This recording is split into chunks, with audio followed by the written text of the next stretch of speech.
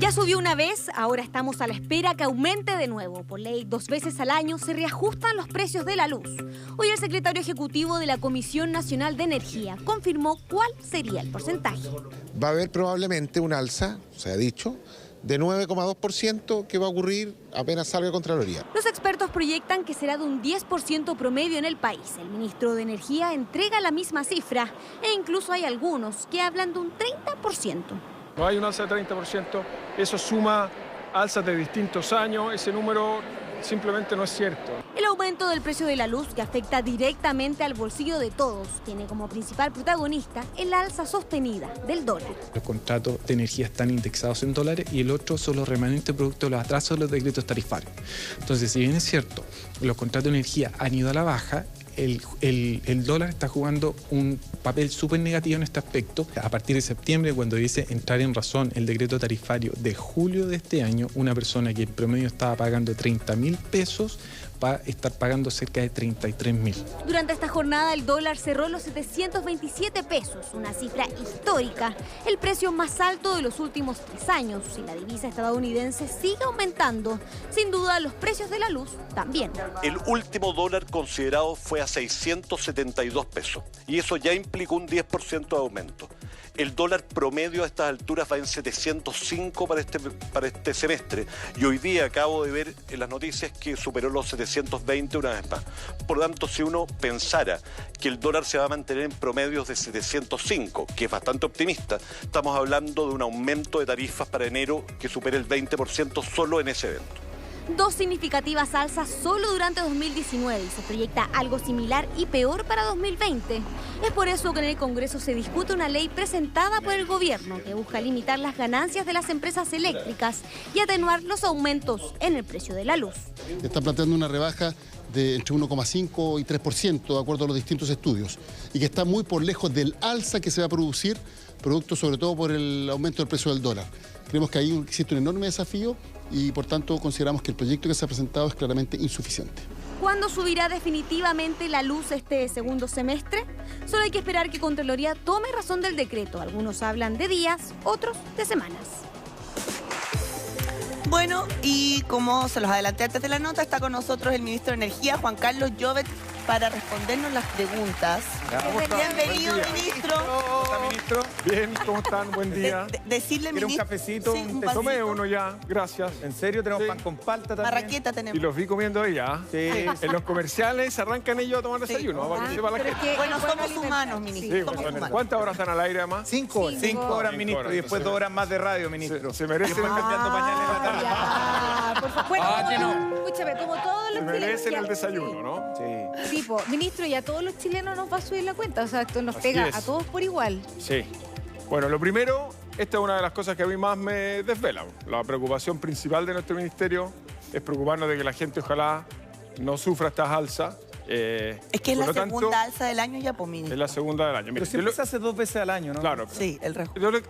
Varias cosas. Primero, 2 veces al año. ¿ya? Sí. Tuvimos una en mayo más o menos y viene otra ahora que está en toma de razón de Contraloría. Este es un trámite administrativo, pero cuando salga ese papel de la Contraloría va a haber una segunda alza.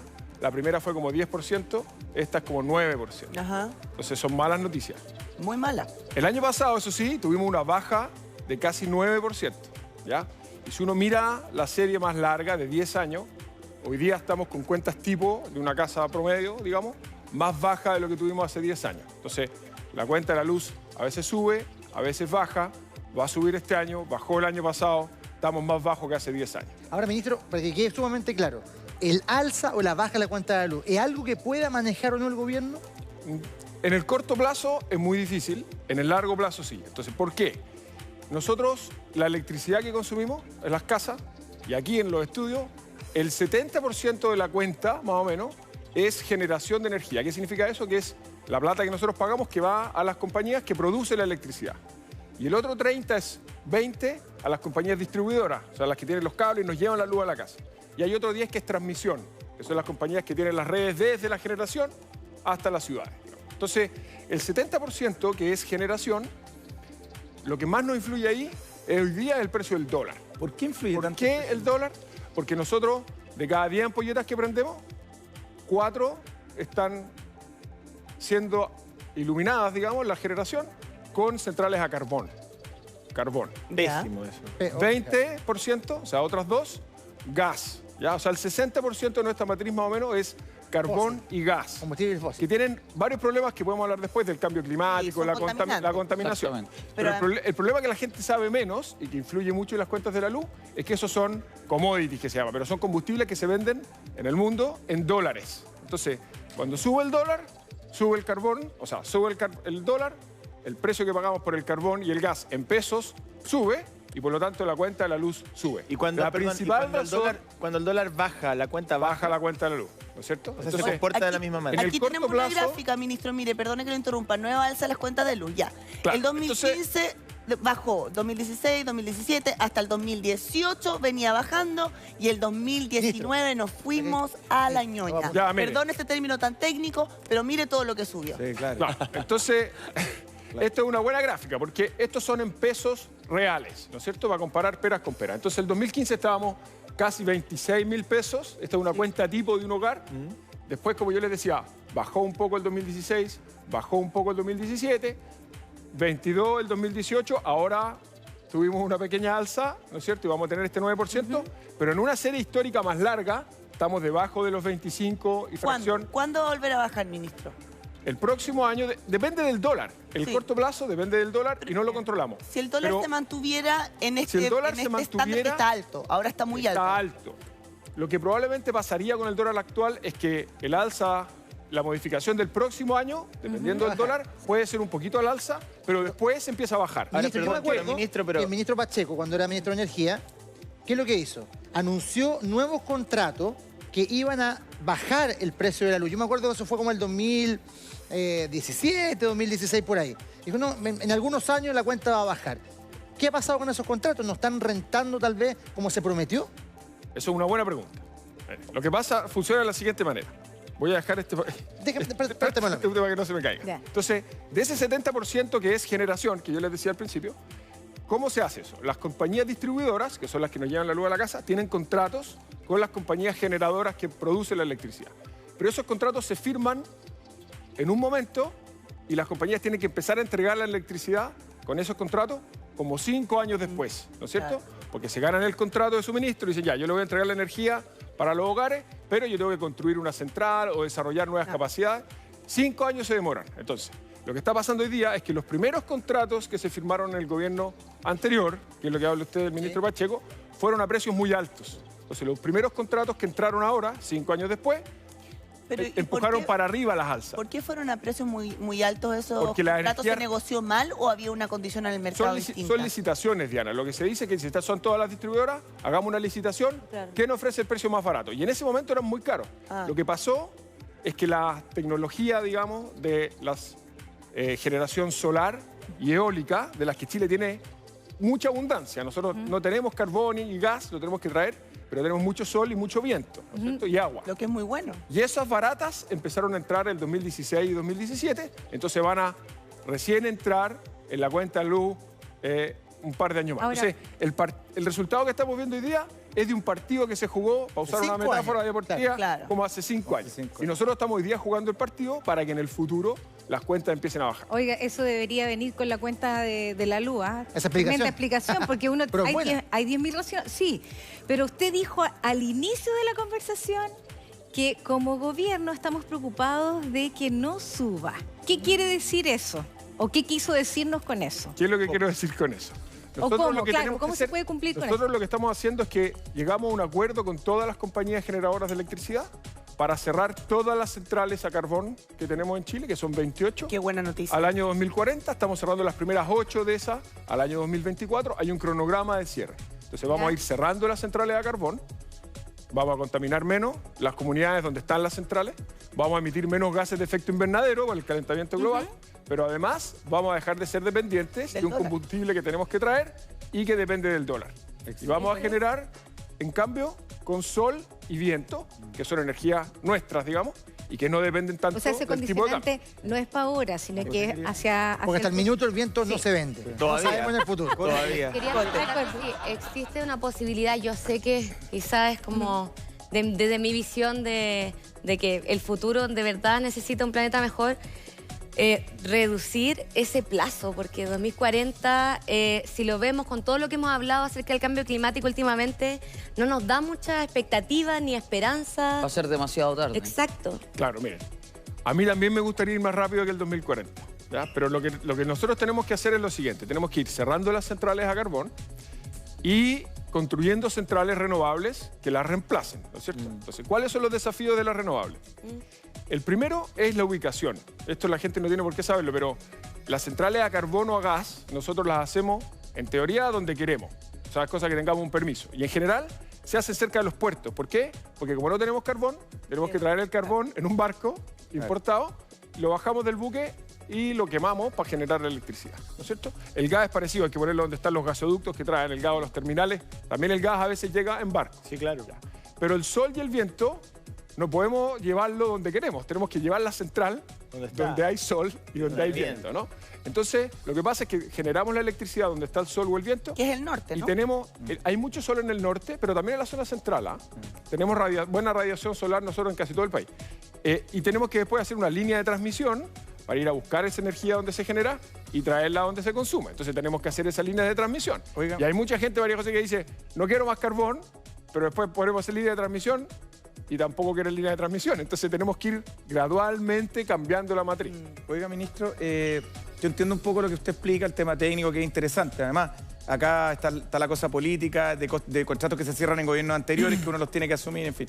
Pero ¿cómo le explicamos a la gente de que finalmente este año van a tener un alza prácticamente de un 19%? Porque son 2 veces al año. Pero lo que a mí me sube la luz en un año es un 19% en la cuenta que yo lo voy a ver reflejado.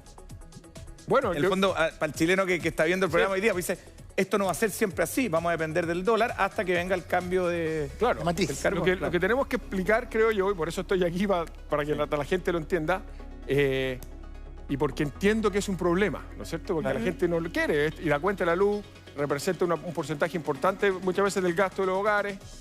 Además está pasando otra cosa, José Miguel, nos estamos electrificando. ¿Qué significa eso? Estábamos hablando del desayuno. Cuando yo era chico en mi casa, el agua del café la calentábamos con gas. ¿Cierto? El pan, yo me acuerdo que lo tostaban en el tostador con gas. Hoy día yo el desayuno calenté el agua en un hervidor eléctrico en general y tosté el pan en un... Entonces, el consumo eléctrico cada vez va a ser más de nuestro consumo total. Entonces, hay que explicar que en una serie histórica estamos más bajos que antes, que ahora va a subir un poco y estamos trabajando para que vuelva a bajar. Estaba pensando en la gente, por ejemplo, que paga, no sé, 30 lucas de luz, que finalmente le va a subir 6.000 pesos en el año. Para que hagamos, o si pagáis 50.000... No, en el mes, José Miguel. En el mes. Porque esa es una cuenta promedio mensual. Claro. Esas son no, pero lo que él se refiere... No, yo estoy hablando del promedio del año. Claro, promedio del año 6, claro. O sea, partiste pagando... Pero en la cuenta mensual. Que la cuenta mensual, es progresivo. Pero es todo el año, el acumulado. Se lo ratean. Y... Bueno, a ver, ¿y qué pasa con la competencia de las compañías que generan, que distribuyen y las que hacen el puente entre las que distribuyen y las que generan, que no sé cómo se llaman? Finalmente es una cadena, como usted nos explicaba, de 3 pasos, ¿cierto? Claro. Y hay poca competencia, es lo que uno ve como un consumidor. No hay competencia. El distribuidor no hay. Bueno, por eso el mercado es regulado. ¿Cómo? Acá está, en la región metropolitana está Enel y GCE, por ejemplo. CGE. Pero separemos, porque aquí, para decirlo en simple, son como 3, es una cadena 3 eslabones. De 3 eslabones, ¿no sí, es cierto? Entonces, pero en todos los eslabones hay poca competencia, ¿no? No mire, el primero es la generación. Sí. Ese es un mercado competitivo y abierto. Ahí cualquiera puede construir centrales. Ahora, es como que cualquiera pueda construir centrales. Pero cualquiera que es una inversión enorme, tiene una serie de pasos. Es un mercado, el eléctrico, y usted lo sabe muy bien, que requiere una inversión gigantesca, que efectivamente es oligopólico por naturaleza. O sea, es difícil que tengamos decenas de empresas generadoras, transmisoras y distribuidoras. Por eso que el mercado es regulado. Claro, pero es que por eso yo quiero hacer la distinción entre los 3 eslabones. Porque lo que tú dices es cierto en algunos segmentos y en otros no. Entonces, en generación, que es los que producen la electricidad, es verdad que nosotros hasta hace pocos años teníamos 5 o 6 compañías que concentraban la mayoría de la generación. ¿No es ¿Y hoy día hay más? Enel, Gener, ¿no es cierto? O sea, Endesa, Gener, Colbún y otras pocas más. Hoy día, con las energías renovables, han entrado muchos actores. Nosotros tenemos decenas de actores en generación. Y ese es un mercado bastante competitivo. Los precios de generación con la energía renovable han venido bajando. Y es pero perdón, pero lo que pasa es que para no irnos tanto en el tema técnico, me gustaría preguntarle, por ejemplo, los medidores, que la gente está todo preocupado con el asunto de los medidores inteligentes. Una cosa, vamos a los medidores en un segundo, pero hay una parte que sí es verdad que no hay competencia, que es la distribución. O sea, la compañía que nos lleva la luz a la casa. ¿No es cierto? No podemos elegir. Tenemos una sola compañía. No la podemos elegir, ese es el problema. Por eso estamos haciendo una reforma bien importante, que lo que hace es que va a primero bajar la rentabilidad de las compañías. Va a limitar la ganancia. Sí, porque las compañías de distribución eléctrica son un monopolio natural, que se llama, no podemos elegir a cuál contratamos, y ellas tienen garantizada su rentabilidad por ley desde el año 81 en UF más 10%, que es una tasa muy alta. ¿Ya? Más allá de los números, una tasa muy alta. En simple, para que la gente entienda, se les va a no permitir ganar más allá de tanta Nosotros vamos plata. a bajar la rentabilidad de las empresas de distribución eléctrica que nos llevan la luz a la casa a una tasa más razonable. Y eso se va a traducir en nuestras cuentas. Y cuentas. eso se va a traducir en una mejora de las cuentas, pero como la mayoría de la cuenta es la generación y la distribución es solamente un pedazo, el impacto no va a ser tan grande. Perfecto. Pero igual, cada una de las cosas va sumando la cuenta. Las compañías, el otro día en el Congreso, las compañías distribuidoras decían, no hay que hacer esta reforma porque son apenas 500 o 600 pesos para cada hogar. Y yo les digo, oiga, son 600, 700 pesos por mes, por casa, y lo que ellos no dicen es que todo eso sumado para las compañías distribuidoras son como 600 millones de dólares. Ministro, a ver, hay que abordar todos los planos, los técnicos y los domésticos, creo que a la gente también en su casa le importa. Eso sí, el mercado eléctrico nuestro es uno de los más caros de la región. Uno puede discutir cómo están diseñados en otros países con subsidios, en fin, pero finalmente nuestra luz es más cara que la argentina, la peruana, la ecuatoriana y la colombiana, y usted lo sabe. Por varias razones, en primer lugar. En segundo lugar, me gustaría hacer una pregunta. Yo sé que tenemos que hablar de los medidores, pero hemos hablado de crisis hídrica y de falta de agua. ¿Va a haber impacto o están ustedes preocupados porque la falta de agua puede eventualmente en un mediano o largo plazo generar problemas eléctricos en el país? No.